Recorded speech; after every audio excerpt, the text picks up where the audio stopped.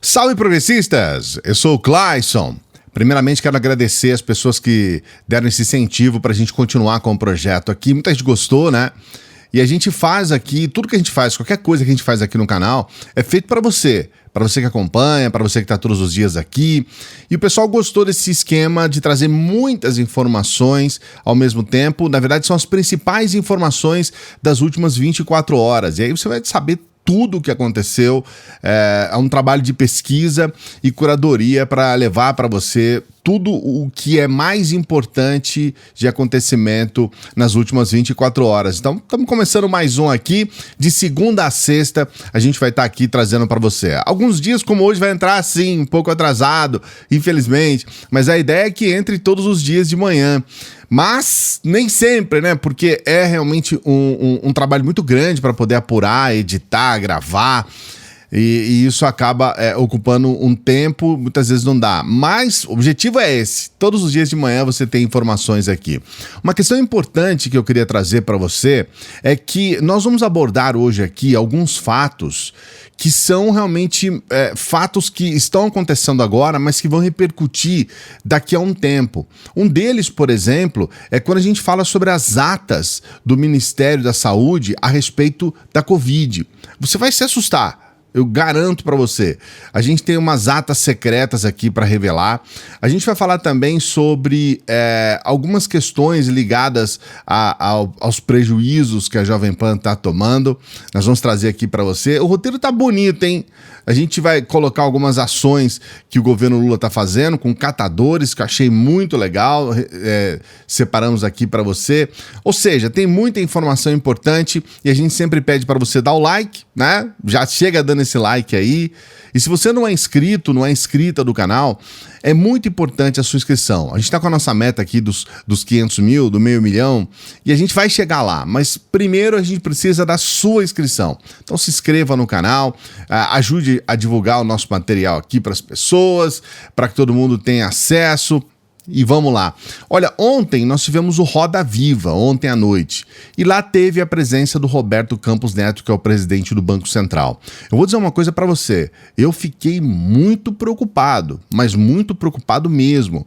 Porque se esse sujeito continuar esse próximo período à frente do Banco Central, a gente vai ter um governo progressista com um Banco Central completamente neoliberal e, eu posso dizer para você, de extrema direita, com um pensamento completamente imbecil, ridículo e condenável. Eu não sabia que esse sujeito era tão ousado, porque no meio de um governo bolsonarista, a gente até imagina que aqueles que estão integrados, eles vão falar meio que uma língua bolsonarista e tudo mais. Mas com o fim do governo Bolsonaro, eu achava que esse sujeito ia se realinhar, ia colocar um pensamento menos absurdo.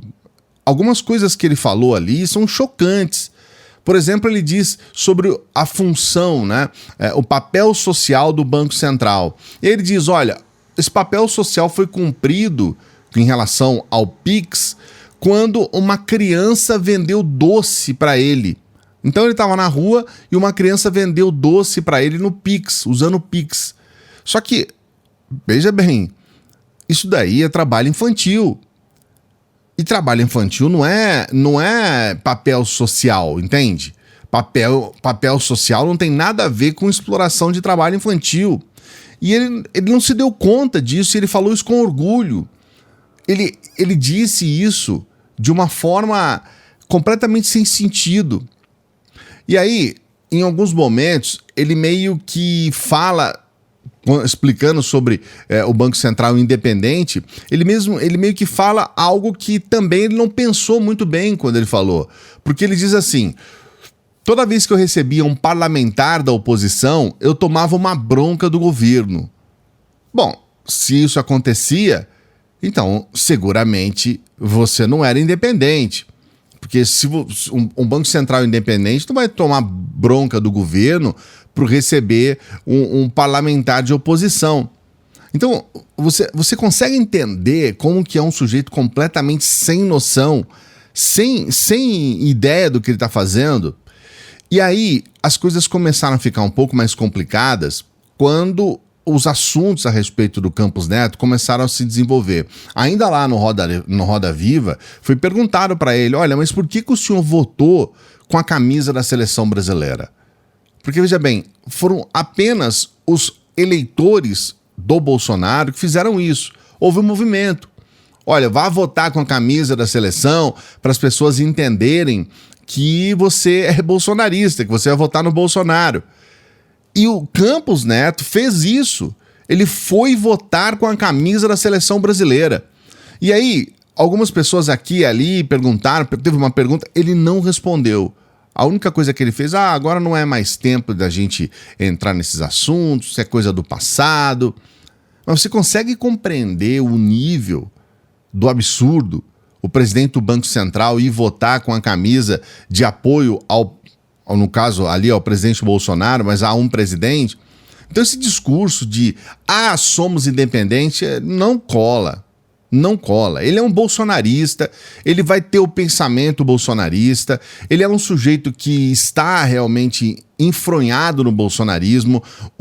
Até o próprio Guilherme Amado, ele colocou uma reportagem, o que o presidente do Banco Central dizia aos ministros de Bolsonaro no WhatsApp. E aí, nessa reportagem do Amado, né, do Guilherme Amado, ele diz, o presidente do Banco Central era bastante ativo no grupo de WhatsApp dos ministros do Jair Bolsonaro durante as eleições. Olha algumas coisas aqui. O presidente do Banco Central, que Lula quer ver longe, era bastante ativo no grupo de WhatsApp dos ministros Jair Bolsonaro durante as eleições.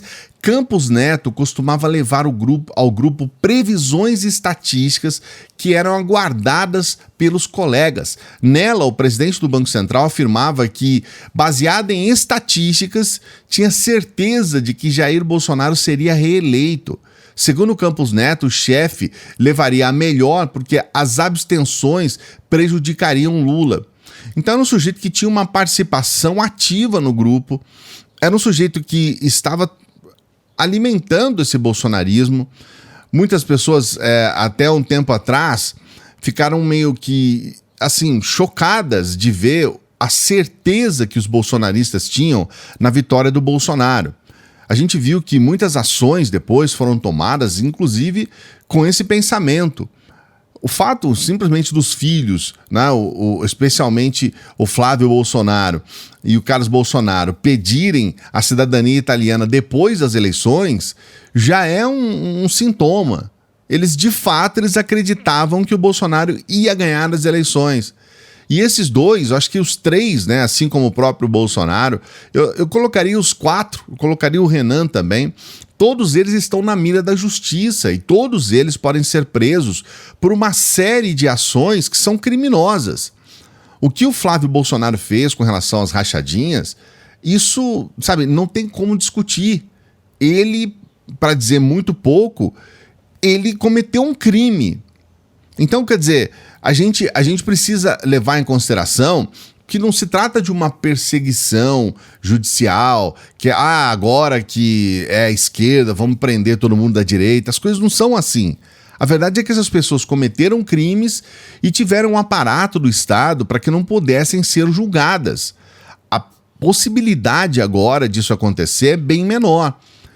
No momento em que o Flávio Bolsonaro estava envolvido com as rachadinhas, o pai dele, o Jair Bolsonaro, ele foi, assim, trocando loucamente os diretores da Polícia Federal, interferiu no Tribunal de Justiça dos estados do Rio de Janeiro, lá em Brasília. As coisas começaram a ficar em que praticamente era uma blindagem que estava em cima do Flávio Bolsonaro.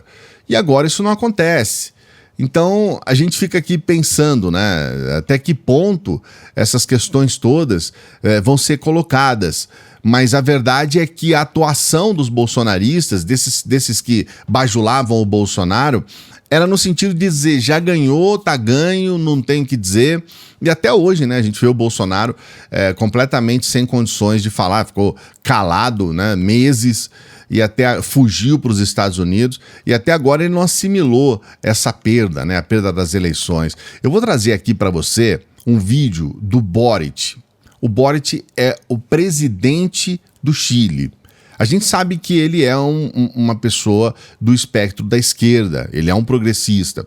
Alguns falam centro-esquerda, outros falam esquerda, mas ele fez uma crítica a países de esquerda.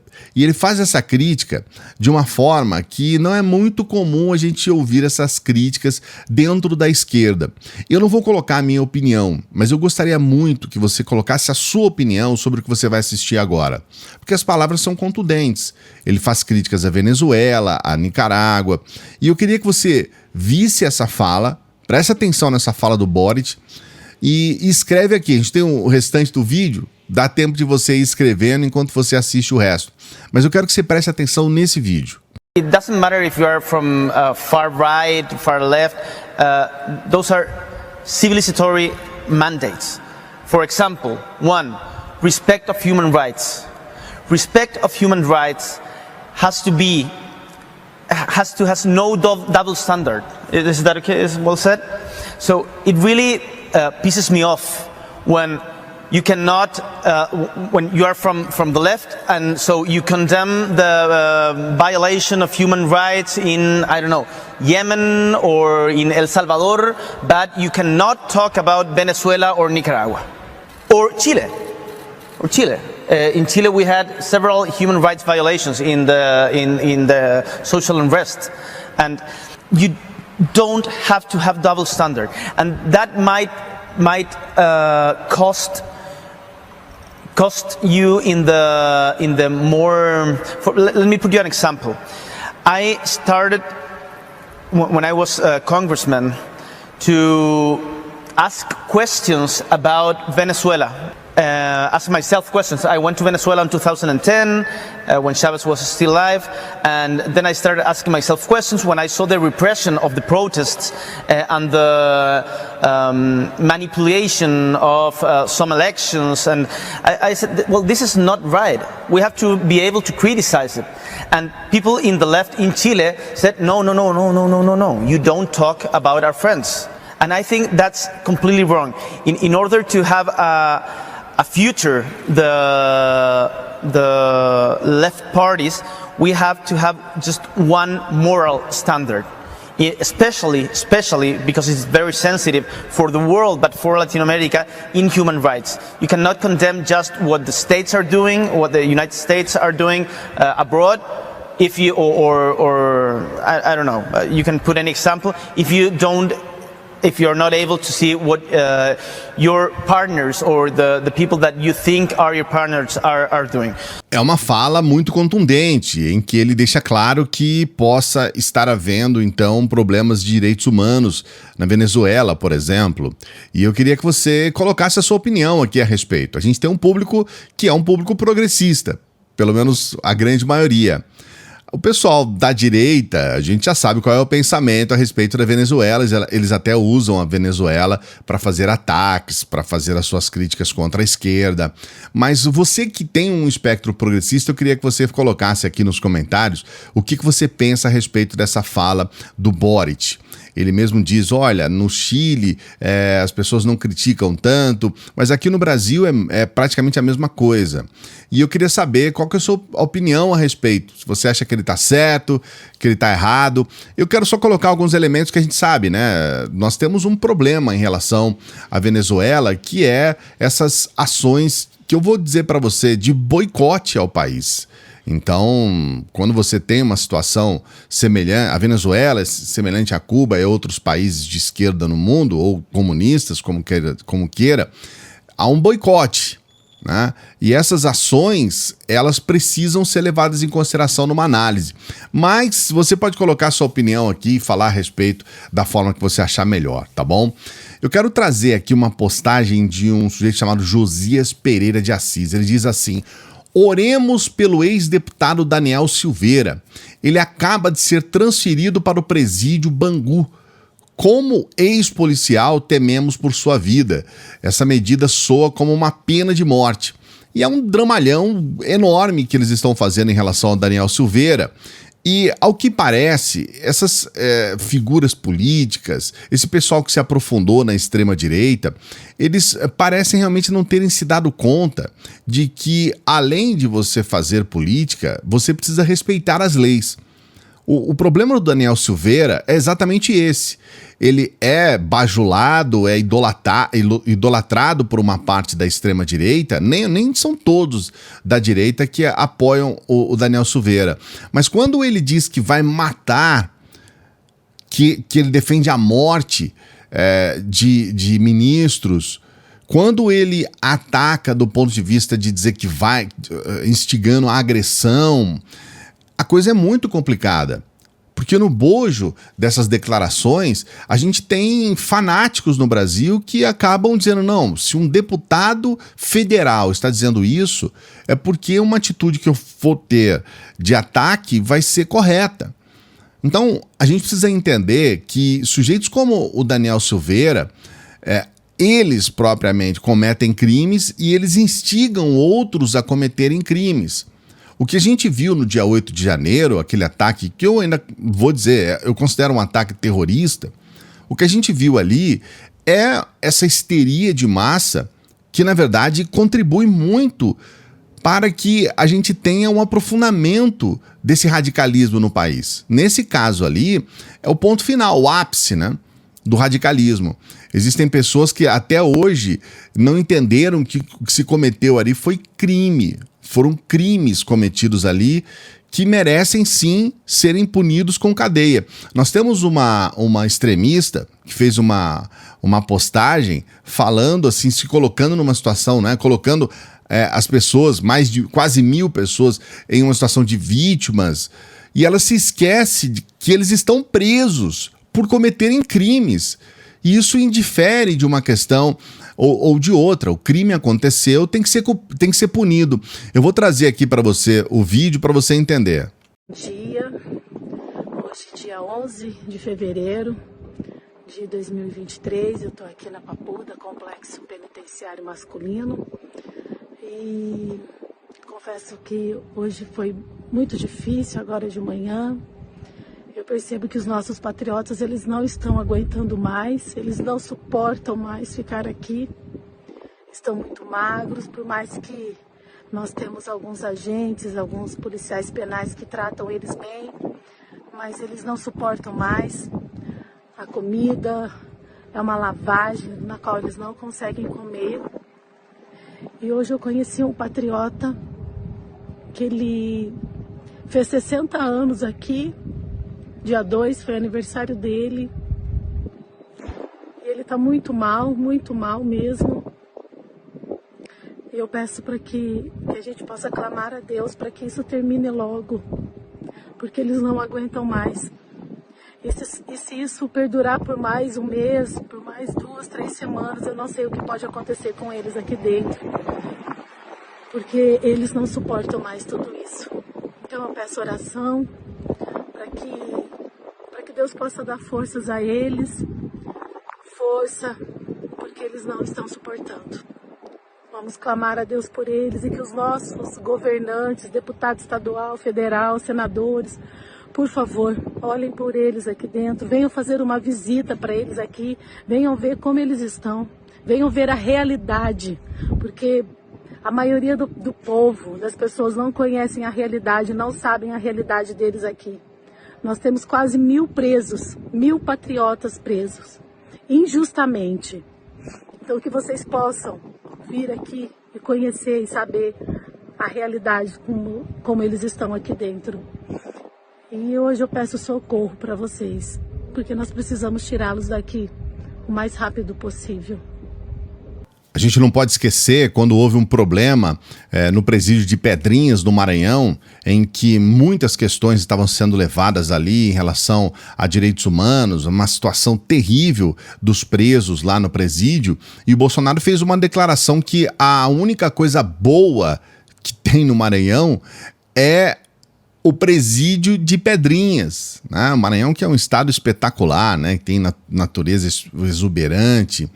E aí ele fala que a única coisa boa era o presídio de Pedrinhas, e era só não fazer, ainda fala no meio de palavrões, né? Só não fazer nada de errado que não vai para lá. Então, quer dizer, isso se aplica 100% àqueles que estão presos na Papuda e na Colmeia, que são os presídios masculino e feminino, né? Os presídios lá de Brasília. Então, quer dizer, a gente agora está vendo um outro lado da questão, porque bandido bom era bandido morto para eles, essa visão a respeito dos presídios, das cadeias, eles queriam jogar todo mundo lá, né? Naquela postura que inclusive foi muito falada por um pensador chamado Foucault, né? O Foucault dizia que a gente tem depósitos de pessoas, depósitos de gente, né? As escolas são depósitos de criança, os hospitais são depósitos de pessoas doentes, né? E os presídios são depósitos de pessoas da mesma forma, né? Ele até associava a escola com uniforme, com tudo fechado e tudo mais, a um presídio. Foucault era realmente muito bacana para falar a respeito disso, porque basta pra gente jogar essas pessoas em um depósito e esquecer que elas existem, né? E com relação aos presídios, ao sistema carcerário, é isso. Se eles estiverem lá, basta deixar lá e dane-se o resto. Sendo que nós não estamos num país que é um país que a gente poderia colocar uma pena de morte, eu sou radicalmente contra, que não tem prisão perpétua, ou seja, que eu também sou contra, ou seja, num dado momento eles vão sair. Então a gente coloca essas pessoas em presídios e se esquece desses pequenos detalhes, né? Que eles vão sair de lá e que eles vão ter que ser reintegrados à sociedade. Então eu acho que agora, pelo menos esses quase 1.000 presos lá na Papuda vão ter uma visão um pouco diferente do que é um presídio. Eles vão continuar com essas mensagens de ódio, com essas coisas sem sentido contra o STF, mas pelo menos vão ter uma visão diferente. A verdade é que a tendência não é que a justiça, de maneira geral, tirem eles de lá em semanas, como diz, 2, 3 semanas, né? Como disse a patriota aí, né? Ela que se diz patriota. Agora, dizer que eles são patriotas é dizer que eles não têm culpa e tudo mais. O que a AGU, por exemplo, está fazendo é o primeiro pedido de condenação definitiva por participação em atos golpistas no 8 de janeiro. Então, o pedido é para que 13 empresas, uma associação, um sindicato e 54 pessoas sejam condenadas a pagar 20,7 milhões, quase 21 milhões, como reparação por depredação em Brasília. A Advocacia Geral da União, ela pediu nessa segunda-feira, ontem, né, que a Justiça Federal em Brasília condene 54 pessoas, uma associação, um sindicato. Então, quer dizer, até sindicato, né, envolvido nessas questões, né? Então vão ter que perder uma graninha aí numa condenação definitiva. O que a gente, na verdade, acha que é o mínimo, no meio de tantas questões que a gente está vendo aí, né? Nós temos também uma situação aqui que eu considero muito importante, e é importante que você entenda. Teve uma reportagem exclusiva da agência pública que foi espetacular, tá? Eles falam sobre atas secretas do Comitê de Crise da Covid-19. E essas atas, elas revelam um plano de ocultar informações da população. Gente, isso é profundamente chocante. É chocante, é chocante. Vou trazer aqui para você algumas informações. Olha, enquanto os veículos de imprensa faziam homenagens às vítimas e divulgavam os óbitos pela Covid-19, o painel de informações do governo federal divulgava apenas o número de pessoas que se recuperavam da doença. Isso daqui foi feito, inclusive, por um senador no âmbito da CPI da Covid. Chegava lá todos os dias com uma publicação, né? Mas ele colocava na frente lá dele para simplesmente falar, olha, tantas pessoas foram salvas.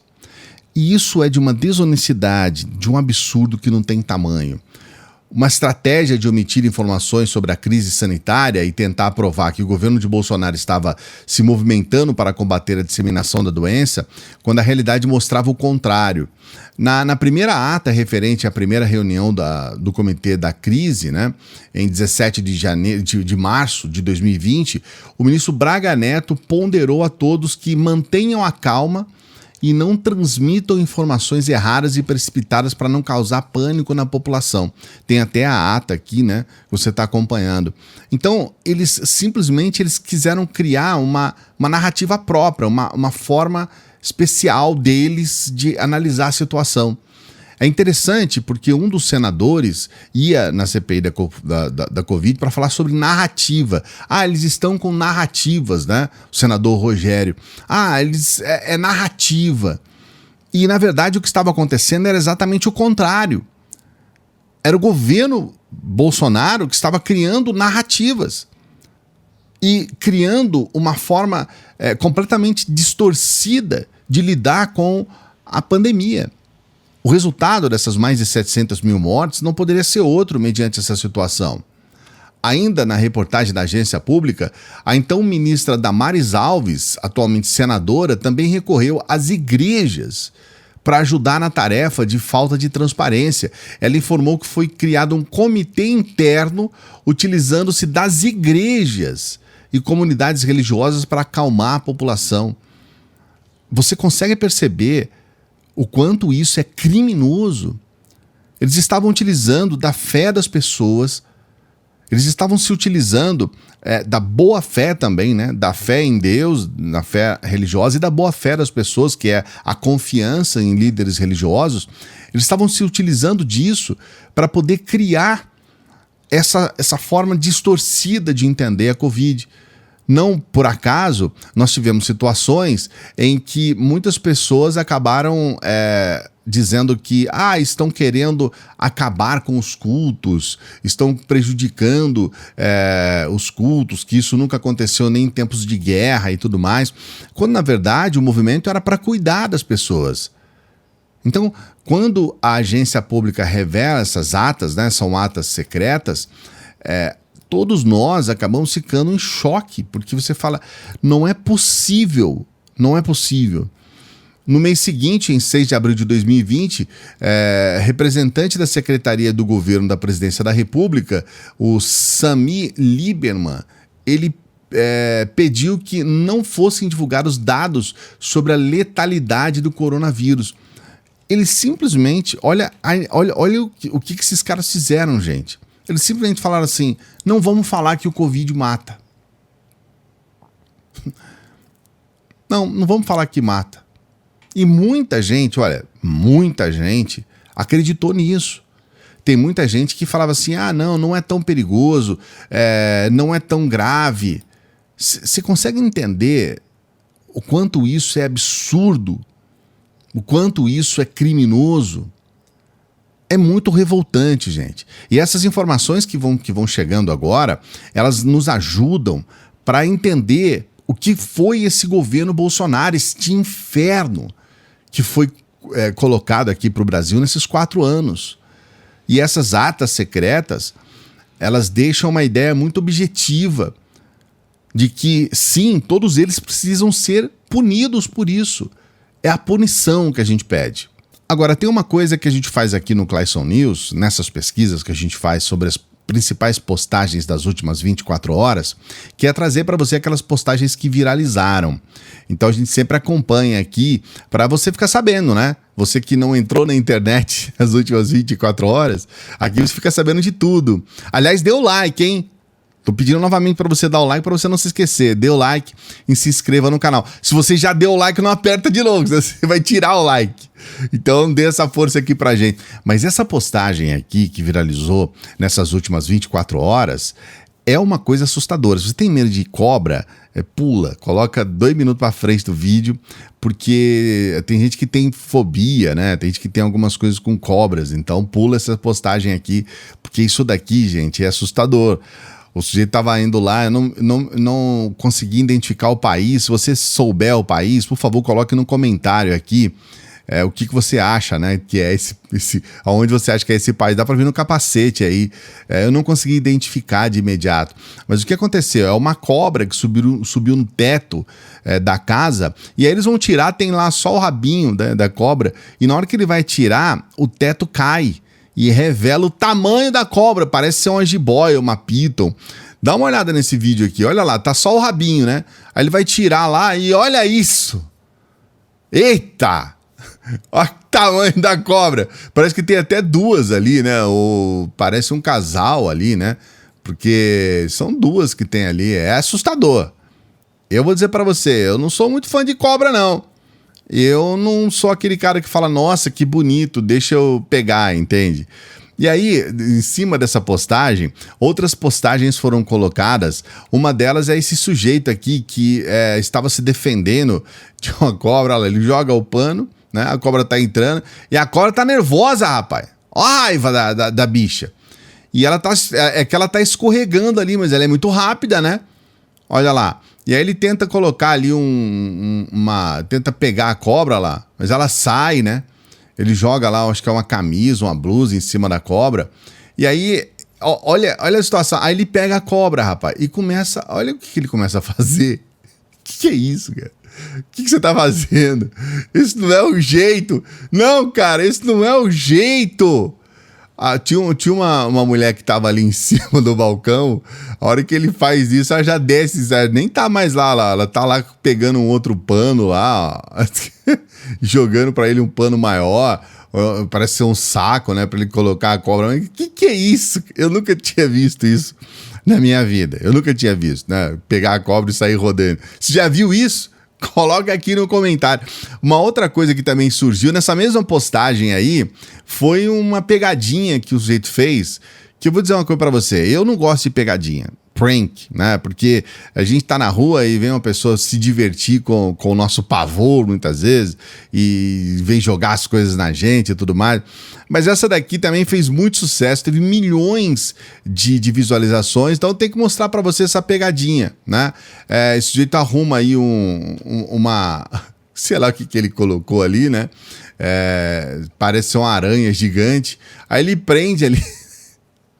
E a pessoa entra em pânico, rapaz. Que é o fim dos tempos? Você vê um negócio desse. Isso daí fez um sucesso enorme. O rapaz, ele arruma um jeito de prender aquilo na perna das pessoas. A pessoa vê aquilo lá, não tá vendo o que acontece, tá preso na perna, tenta tirar loucamente, né? É sei lá o que é isso, uma aranha, né? Olha lá. Agarrou no pé dele, dá aquela sensação estranha, né? E aí tá lá, ó, o rapaz caiu num lugar ali que tem pedra ali, ó, perigoso. Então isso aí acabou sendo viralizado. E uma outra coisa, eu não sei se você conhece a respeito de cavalos, por exemplo, e se você sabe, porque isso daqui eu acho bem estranho, né? Eu sou radicalmente contra rodeio, por exemplo. Rodeio, eu tiro a letra R, fica só odeio. Odeio rodeio, sabe? Mas tem umas coisas que eles fazem com cavalos, o pessoal da equitação, que eu acho bem estranho, né? Porque é antinatural. Eu não sei se um cavalo andaria desse jeito, se ele estaria com algum problema. Mas essa postagem, ela também foi muito visualizada. Uma postagem com milhões de visualizações desse cavalo fazendo isso aí, ó. Andando e batendo as patas no chão. Eu achei muito estranho isso, mas você sabe o que é isso, né? Se é alguma modalidade, algum esporte, o que quer dizer isso daí, coloque os comentários aqui também. A minha obrigação é mostrar para você. O nosso objetivo é pesquisar e trazer aqui para você essas informações junto com os assuntos que a gente gosta, que são os assuntos de política. Mas é importante a gente trazer essas curiosidades aqui, até porque vai deixar um pouco mais leve aqui, porque o troço é complicado, gente. A situação no Brasil, eu vou dizer uma coisa, a gente precisa falar sobre esse inferno dos 4 anos. Aliás, a Rede Brasil atual, ela mostrou um estudo do IPEA que diz, olha, a população de rua cresceu 38% durante o governo Bolsonaro. Sudeste concentra 53% do total. Região Norte viu essa população aumentar 125%. nesse período. Aliás, a região norte que votou em grande parte, e parte do sudeste também, com exceção de Minas Gerais, votou no Bolsonaro, né? A população em situação de rua cresceu 38% entre 2019 e 2022, período que coincide com o governo Bolsonaro e com a pandemia de Covid-19. A informação é do Instituto de Pesquisa Econômica Aplicada, o IPEA, e o levantamento também estimou que o crescimento da população vulnerável cresceu 211%. Duplicou, né? Desde 2011. Triplicou, né? Se a gente for pensar na situação que nós estamos vivendo hoje. Trata-se de aumento significativamente superior à variação populacional brasileira de apenas 11% no período. A população cresceu 11%, e a população vulnerável 211%, né? A região sudeste concentra a maior parte dessa população. Em São Paulo, Rio de Janeiro, Minas Gerais e Espírito Santo estão 151 mil pessoas em situação de rua, mais da metade do total, 53% de 281 mil. Em seguida, aparecem Nordeste, o Sul, o Centro-Oeste e o Norte. Embora a região norte concentre em números absolutos o menor número de pessoas em situação de rua, foi a região que mais sofreu nos últimos 4 anos durante o governo Bolsonaro. O grupo vulnerável mais que dobrou, saindo de 8 mil para 18 mil. Então é uma informação que eu considero muito grave, muito séria, tá? E que a gente precisa pensar, porque foi realmente uma tragédia, uma catástrofe que aconteceu no governo Bolsonaro, especialmente com a população vulnerável, né? A gente viu aí o crescimento da miséria, o crescimento, né, as pessoas no mapa da fome, né, o crescimento de pessoas passando fome no país. Foi realmente uma tragédia gigantesca, uma tragédia que não tem tamanho. E a gente fica triste de ver isso, porque há muitas pessoas que ainda não entenderam. Bolsonaro teve 57 milhões de votos, o que significa que muitas pessoas não entenderam qual foi a ação real do governo Bolsonaro, porque é impossível você votar em alguém que traz a morte, como a gente viu aqui, de forma, assim, objetiva.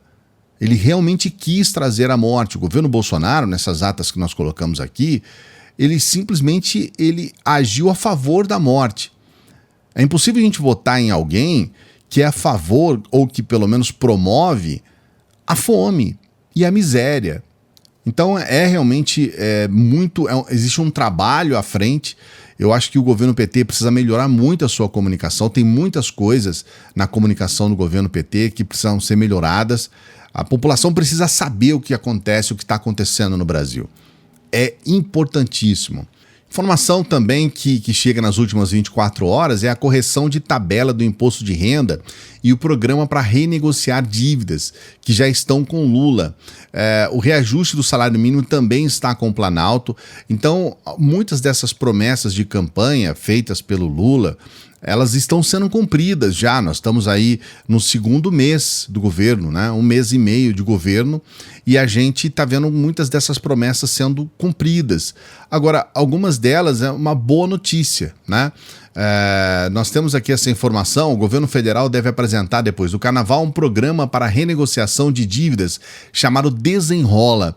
O ministro da Fazenda, o Fernando Haddad, ele fez a previsão ao falar da abertura da reunião do Diretório Nacional do PT na manhã da segunda-feira.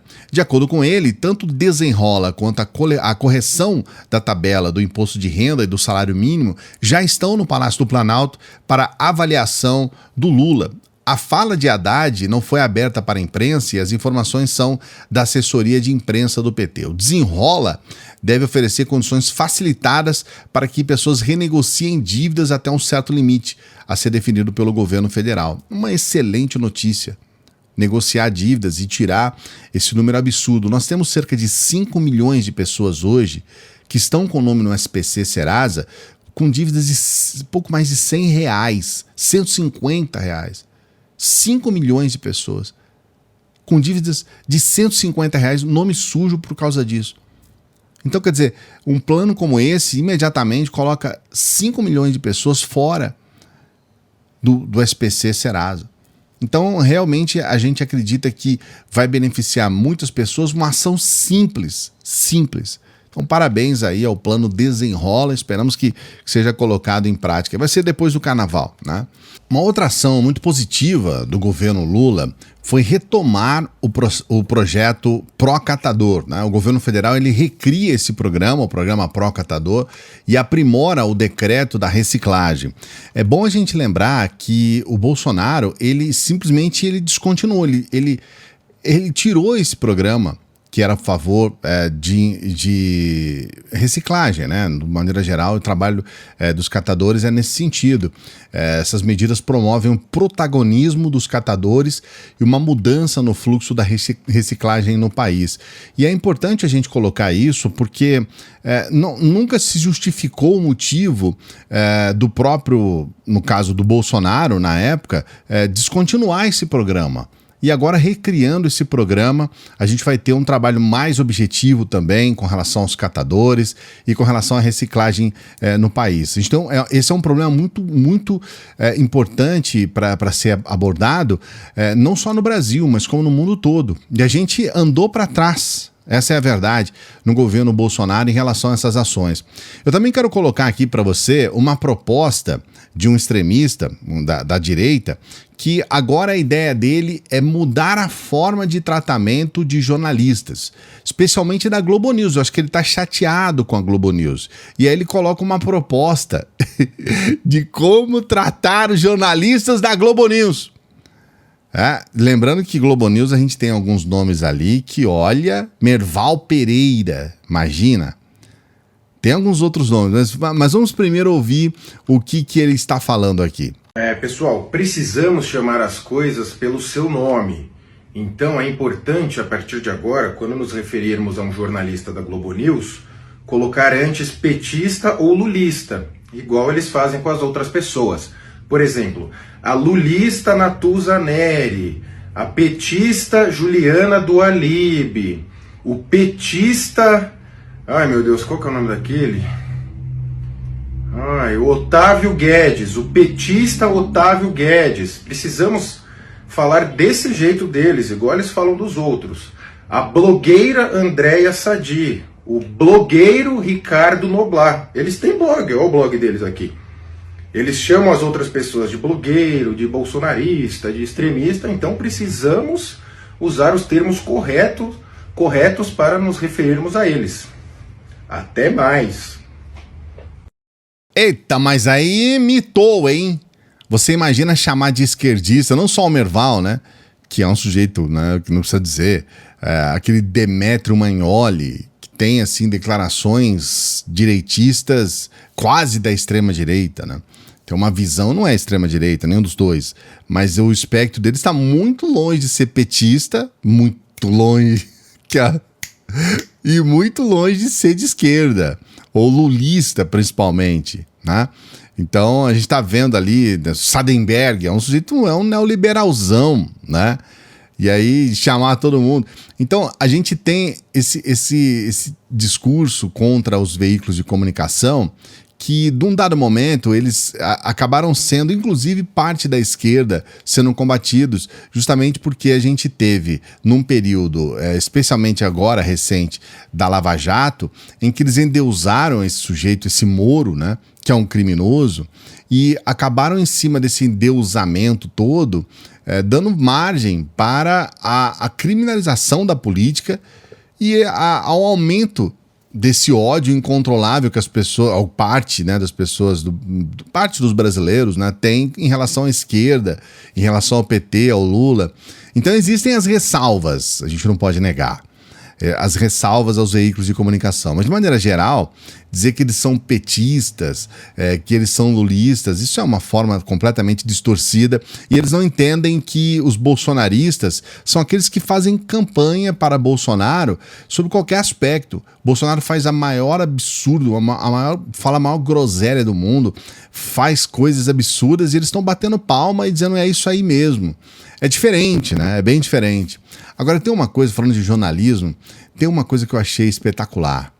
Durante o 8 de janeiro, teve um sujeito lá, um dos golpistas lá, que roubou uma câmera de um jornalista. Olha lá, o fotógrafo aciona Polícia Civil do Distrito Federal ao ver câmera roubada no 8 de janeiro em site de venda. Então, olha lá, o equipamento do fotojornalista estava com um homem de 26 anos. Ele confessou ter pego o item durante os atos antidemocráticos. Ter pego não, ele roubou. Não, o Metrópolis precisava ter colocado a palavra certa aí. Ele roubou a câmera. E aí estava tentando vender a câmera. O que fez o repórter? Parabéns, hein? Parabéns, repórter. Parabéns. O repórter viu, né? Viu essa câmera dele sendo vendida. Ele chamou a polícia. Ele simulou que queria comprar a câmera, uma câmera caríssima, vendendo por um preço muito barato. Simulou que queria comprar e chegou lá com polícia. E aí a casa caiu para o golpista. Parabéns, né? Parabéns à polícia e tá com o equipamento recuperado aí, ainda bem, né? Uma outra questão que eu queria mostrar para você, que também viralizou muito nessas últimas 24 horas, é o filho adotivo da Flor de Lis. A Flor de Lis está presa porque, como nós sabemos, ela esteve envolvida numa trama de assassinato do marido, que era também o filho adotivo. Enfim, a situação é muito complicada. Na cadeia ela já tem um outro namorado, tem uma outra pessoa louca de amor por ela. Agora, que é uma coisa que a gente não entende. Tem até um documentário sobre a Flor de Lis aí, né, que está sendo assistido. As pessoas, eu não cheguei a ver, então não posso falar a respeito. Mas é uma ideia cabeluda, né, essa ideia da Flor de Lis. E o filho dela, filho adotivo dela, um dos, né, porque são dezenas, ele acabou vindo à internet porque as pessoas começaram a fazer críticas a respeito dele. Eu quero primeiro que você conheça o estilão dele. Dá uma olhada. Aleluia! Mexeram em quem não deveriam ter mexido. Tocaram em quem não deveriam ter tocado. Falaram de quem não deveriam ter falado. Ei, Deus viu tudo aquilo que fizeram com você. E Ele viu, não gostou e vai tirar satisfação. Ei, esse baile de máscara que acontece ao teu redor está muito perto de acabar. E sabe qual é o nome de Deus para a sua vida hoje? O nome de Deus para a sua vida hoje é justiça. Deus viu, não gostou, vai se levantar do trono e vai tirar satisfação. Ei, as máscaras vão cair. As máscaras vão cair. Esse é o Humberto, né? O filho adotivo da Flor de Lis. Assassina, né? Para dizer pouco, está presa por isso.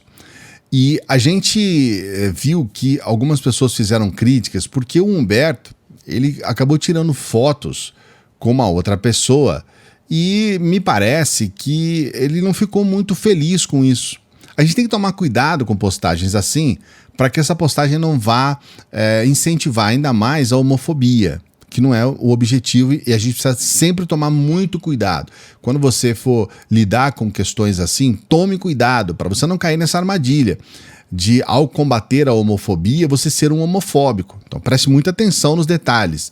Mas a gente está colocando aqui porque a gente percebe como que é difícil, especialmente em alguns setores da sociedade, como os evangélicos, né? Esses aqui são os neopentecostais, como é difícil lidar com essas questões. E aqui tem as fotos e ele falando a respeito disso. Ainda que um exército de inimigo me cerque, ainda que os meus inimigos preparem uma cova para mim cair nelas, eu sirvo um Deus que nunca perdeu uma batalha. E o meu Redentor eu sei que vive. Paz, queridos, missionário Humberto Santos aqui, passando aqui para esclarecer para amigos, para família, para fãs e para pessoas que me acompanham e que me admiram sobre fotos e coisas que estão rolando nas redes sociais, a qual eu não sei qual é a finalidade, passando para esclarecer. Isso aconteceu depois de um culto, a qual eu estava muito cansado. Para todo mundo que sabe e me conhece, sabe que eu congrego e tenho um ministério fora da minha cidade, em uma cidade vizinha, e um missionário que congregava nessa igreja, um amigo meu, mora nessa cidade, e eu pedi a ele para poder dormir e passar uma noite na casa dele. E esse meu amigo, ele estava com os convidados em sua casa. Eu falei, amigo, não tem problema, eu vou para lá mesmo assim, eu estou muito cansado, não tem condições de eu ir para a cidade a qual eu resido. E chegando lá, ele estava com os convidados que também foram à igreja, assistiram o culto, a qual dirigido por mim. E também, chegando lá, a gente brincando, amigos, fomos à praia, passeamos, todo mundo junto, estava todo mundo junto, eu não estava sozinho com ninguém, estava todo mundo juntos. Inclusive eu tenho foto de todo mundo juntos. E esse dia, o meu amigo tirou foto comigo, esse menino também, o menino do vídeo, tirou foto comigo, o meu outro amigo também que estava lá tirou foto comigo. Enfim, então estava todo mundo juntos. E agora estão usando fotos, imagem, para tentar me queimar, assim como fizeram com uma pessoa aí há pouco. E eu quero dizer que eu não sei qual é a finalidade desse vídeo. Eu sou homem de Deus, quem me conhece sabe que eu vivo e prego o evangelho que eu prego. Eu sou homem de Deus, e quem me conhece sabe que eu sou homem de Deus dentro da minha casa, sou homem de Deus fora da minha casa, dentro da minha igreja, fora da minha igreja. Em momento algum onde eu passei, nunca teve nenhum deslize, nunca teve nada em que contrariasse quem eu sou e o homem de Deus que eu sou. E eu quero dizer que isso não vai ficar assim. Agora observe como a palavra ela é muito importante, a forma de dizer, né? Na verdade ele está quase que confirmando isso, né? Ele diz, nunca teve um deslize, ou seja, que se nunca teve um deslize é somente porque nunca aconteceu algo que você pudesse entregar essa situação, né? Essa postagem ela diz muito porque ele está praticamente assumindo, né, que é homossexual. E a gente está vendo claramente que isso não deveria ser um problema. E essa situação que a gente vê nas igrejas neopentecostais, de colocar homossexuais como criminosos, de dizer que isso é contra os desígnios de Deus, e essa situação toda, ela não vai ter uma solução, porque é um fato que isso faz parte dos dogmas dos evangélicos principalmente, né? Essa situação. Nós tivemos recentemente uma declaração do Papa Francisco, que foi inclusive distorcida, mas depois colocada a declaração completa, ele fala exatamente sobre a necessidade de termos uma visão humanista, mesmo religiosos, né, terem uma visão humanista em relação aos homossexuais. E é claro, né, no caso do nosso pastor Humberto aqui, né, não, olha aqui, eu não posso colocar que ele está dançando uma musiquinha do Bolsonaro, né? Mas já dá para você saber e entender muito, já dá para você entender bastante o que nós estamos falando aqui, né? É um bolsonarista, e aí no meio desse grupo bolsonarista a gente tem esse outro problema, né? Que é a homofobia, ela rola solto ali, né? É até estranho que a gente veja homossexuais bolsonaristas ao mesmo tempo, né? A gente não sabe a quem eles estão querendo enganar, né? Mas em termos gerais estão enganando a si mesmos. A gente está falando aqui de jovens, e ontem nós tivemos uma situação que eu considero absurda, que foi um ex-aluno, eu não vou colocar aqui, ele está com uma braçadeira nazista, e ele atacou uma escola com bombas caseiras em São Paulo. Ele foi apreendido pela Guarda Civil Municipal de Montemor. Esse adolescente de 17 anos portava uma machadinha. Olha, ninguém se feriu, mas muito provavelmente a intenção dele era colocar fogo na escola, porque ele jogou lá objetos que depois era só tacar fogo, né? Que eram garrafas com gasolina. Acho que ele não sabia usar o coquetel Molotov. Ainda bem, né? E os casos de cartão corporativo surgem, né? Aqui o cartão corporativo do Mourão, que é vice do Bolsonaro, gastou 3.800.000 em 4 anos. E aí o Estadão mostra com o que ele gastou.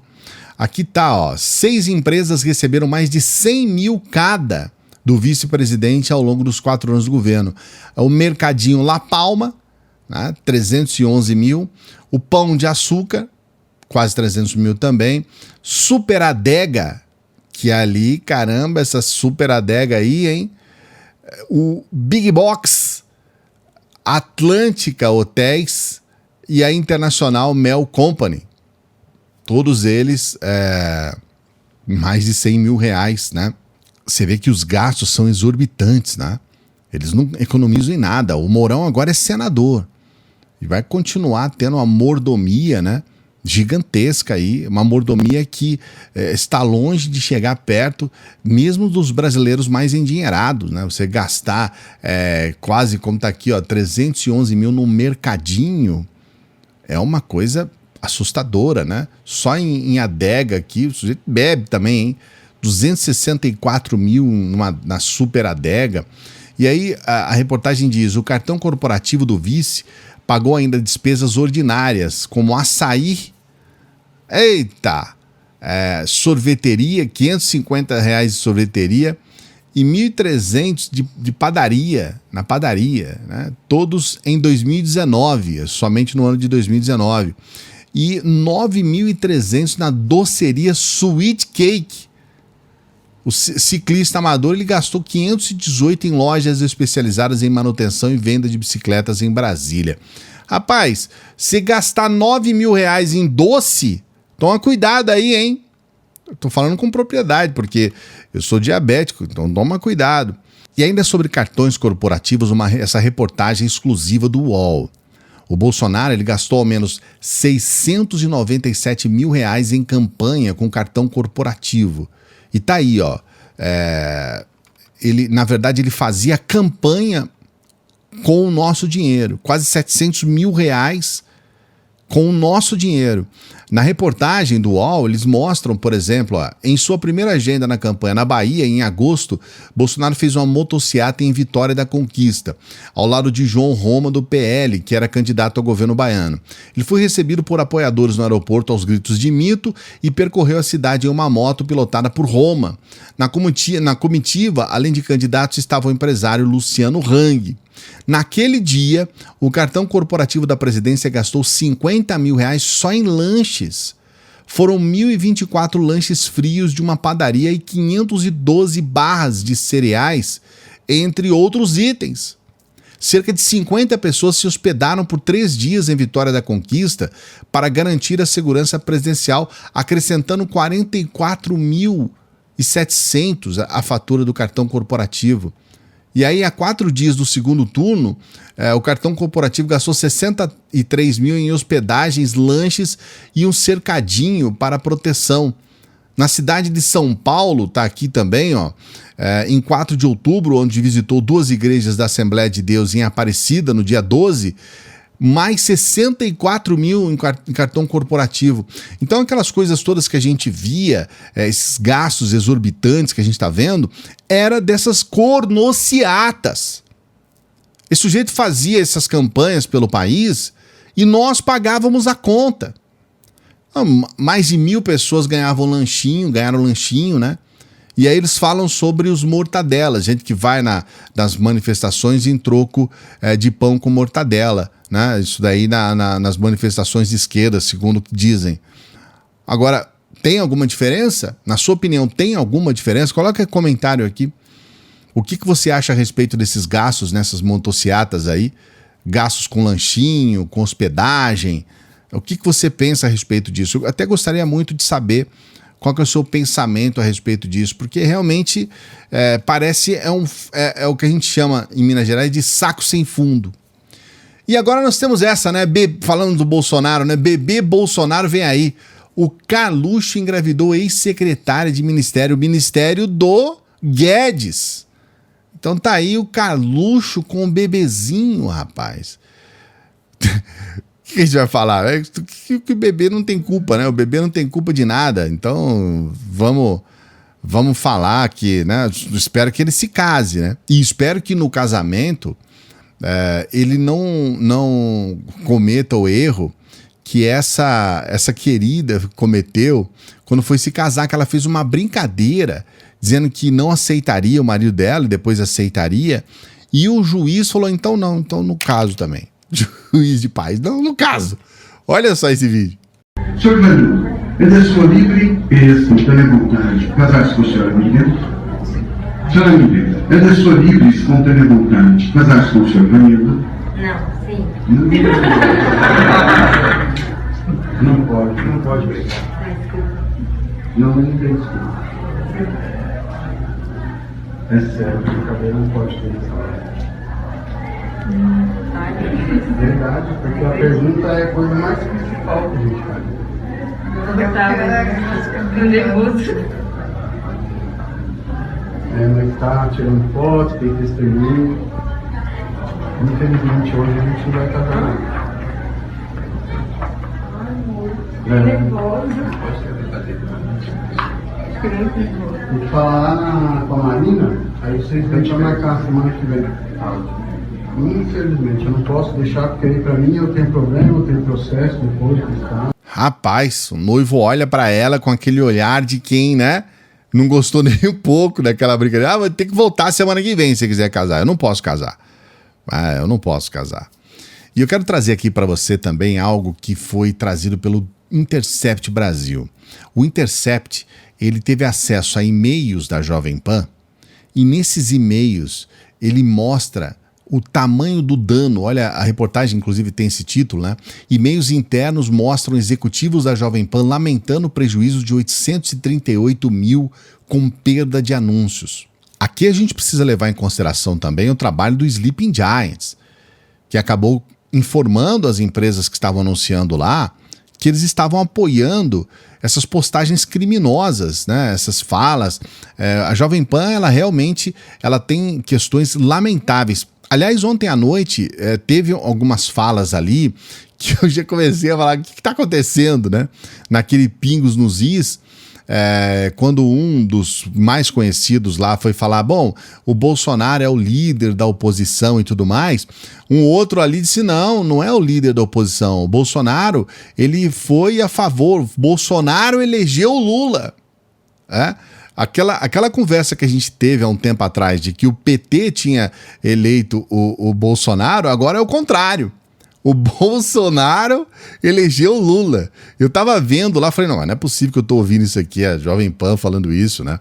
Um dos comentaristas lá, que chegou agora, né? Depois de terem sido mandado embora lá, o Constantino, a Ana Paula do vôlei, aquele pessoal todo. Aí chegaram agora novos comentaristas com pensação de direita, mas com um pensamento anti-Bolsonaro quase, né? Falou inclusive que essas leis que acabaram ensejando a prisão dos golpistas, elas foram feitas pelo Bolsonaro. Então que o Bolsonaro indiretamente ajudou na prisão dos golpistas. Então a Jovem Pan está mudando. Mas aqui a reportagem do Intercept mostra, em um dos e-mails, uma supervisora de mídia que atende a conta da fabricante de automóveis Toyota no Brasil, pede a suspensão imediata das propagandas que já estavam contratadas para veiculação na Jovem Pan. O motivo alegado na mensagem é uma norma interna que proíbe a veiculação da marca a qualquer veículo que esteja relacionado a escândalos, sejam eles de ordens políticas, discriminação, entre outros. E aí tá lá, a Jovem Pan deixou de faturar 109 mil.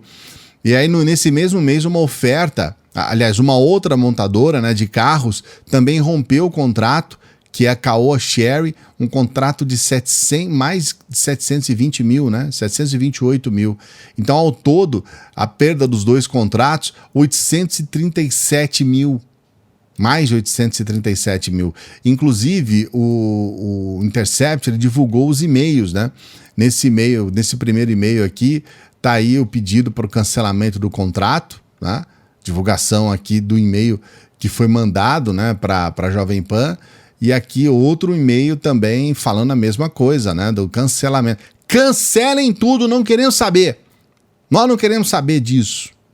Então a Jovem Pan recebendo aí um pouco do viés de ter feito algo que eu considero criminoso, que foi a defesa de questões que estão diretamente ligadas ao extremismo. Então a Jovem Pan durante muito tempo ela foi o único veículo externo que deu base a esse ecossistema extremista que se formou aqui no Brasil, né? A extrema-direita em torno de Telegram, Signal, WhatsApp, eles se fecharam nesses ciclos, né, nesse ecossistema extremista, e a Jovem Pan era o único veículo, digamos, oficial que dava margem ao extremismo deles.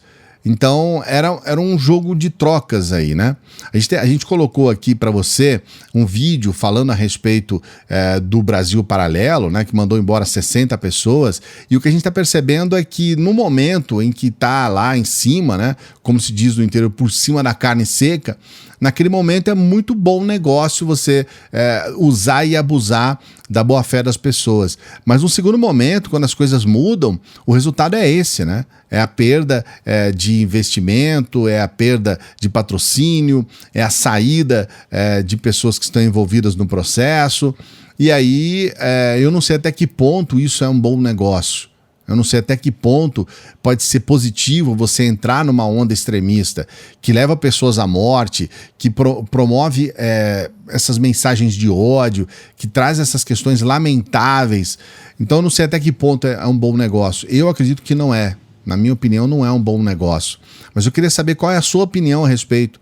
O que você pensa a respeito desse prejuízo aí que a Jovem Pan está tomando? Você acha que foi tarde?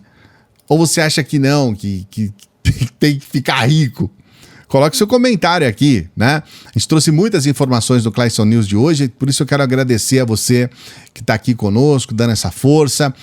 A gente vai tentar de todas as formas chegar mais cedo amanhã, tá? Vamos tentar aqui para a gente colocar as coisas em ordem. Estamos começando, é a segunda edição nessa retomada, né? Mas a gente vai colocar ordem na casa, garanto para você, te dou a minha palavra. Tá bom? E agradeço muito as pessoas que acompanham. A gente pede só para aqueles que chegaram no final, depois de 1 hora, para que você nos ajude. E você pode nos ajudar de várias formas, tá? Você pode dar o like no vídeo e se inscrever no canal. Você pode colocar aqui, tem essa setinha pro lado aqui, e compartilhar os nossos vídeos nas suas redes. E você também pode nos ajudar com o valor, qualquer valor, pelo Pix. Qualquer valor, é só se você puder mesmo, né? Se você quiser, você pode nos ajudar. Você pode ser um membro do nosso canal, membro do nosso Apoia-se. São as formas de você incentivar para que o nosso trabalho continue.